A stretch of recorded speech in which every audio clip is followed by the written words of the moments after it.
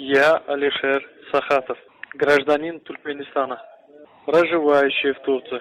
Объявляю голодовку как знак протеста против несправедливого задержания меня и в попытке отправить меня в Туркменистан, где меня ожидает мучительная смерть в Туркменистане. Я отказываюсь от какой-либо пищи и воды, пока моя ситуация не разрешится справедливым образом.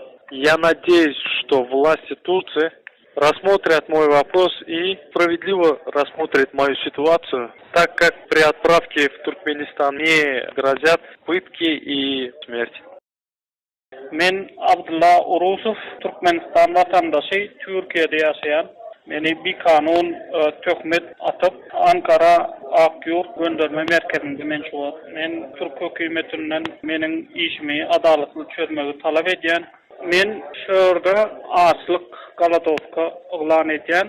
Eger de men Türkmenistana barsam, meni adalatsız sud, meni bir kanun öldürür. Şonuň üçin men açlyk ılan edýän.